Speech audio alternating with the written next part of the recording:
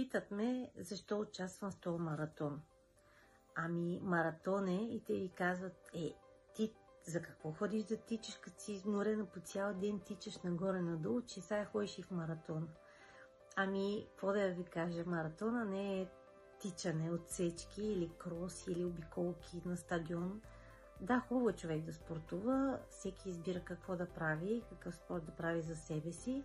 Аз преди обичах да тичам, сега предпочитам да ходя пеша или да правя упражнения, всеки индивидуално, но целта на маратона е, там сме хора, които искаме да направим нещо повече във връзка с нашето тяло, така се каже, да се храним по-здравословно, да бъдем по-здрави и по-енергични. Всеки от нас има треньор.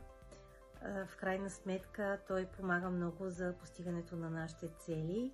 Храним се доста добре, за да постигаме нещата, които сме си поставили. Има хора, които искат просто да имат повече енергия. Други просто искат да имат перфектна, бърза, здравословна закуска.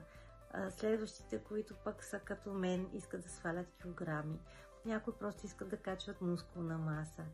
Всеки има различна цел, но всичките сме там. Хубавото е, че са позитивни, подкрепяме се едни други, забавно е. Да, имаме и предизвикателства, което доста така е интересно, всеки път са различни.